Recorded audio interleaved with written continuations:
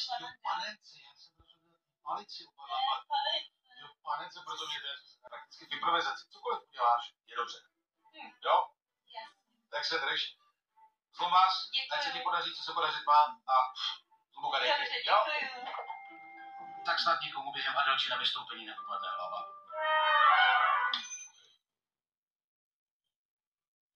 Den. Já jsem si pro vás připravila pár vtipů.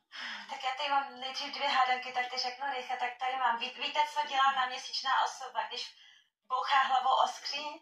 Myslí si, že tam jsou dveře do jiné dimenze. A pak tady mám ještě jednu hádanku. Proč se blondýnka usmívá, když je venku bouřka? Myslí si, že ji někdo z dálky fotí. A teď tady mám teda pár těch vtípků. Venku je už takové horko, že místo opalovacího krému používám grilovací koření. Kočka říká praseti: prase, já znám tvůj osud. Prase odpoví: ty jsi četla můj horoskop. Kočka odpoví: ne, ale kuchařku. Jako se zasměje vždycky. Tak a pak tady mám poslední vtip. Jede blondýna v autě a po cestě narazí do stromu. Odpoví: stromečku, promiň, ale já na tebe troubila. Tak to bylo takových pár vtipů. Je strašně milé, jak se na to zasmějete sama. Tak já si dokážu i za sebe udělat doma srandu.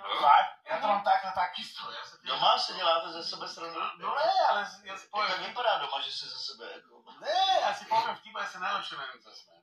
Jo, to má Richard taky. Já mám taky dole. No. To jsme zlatý kulety.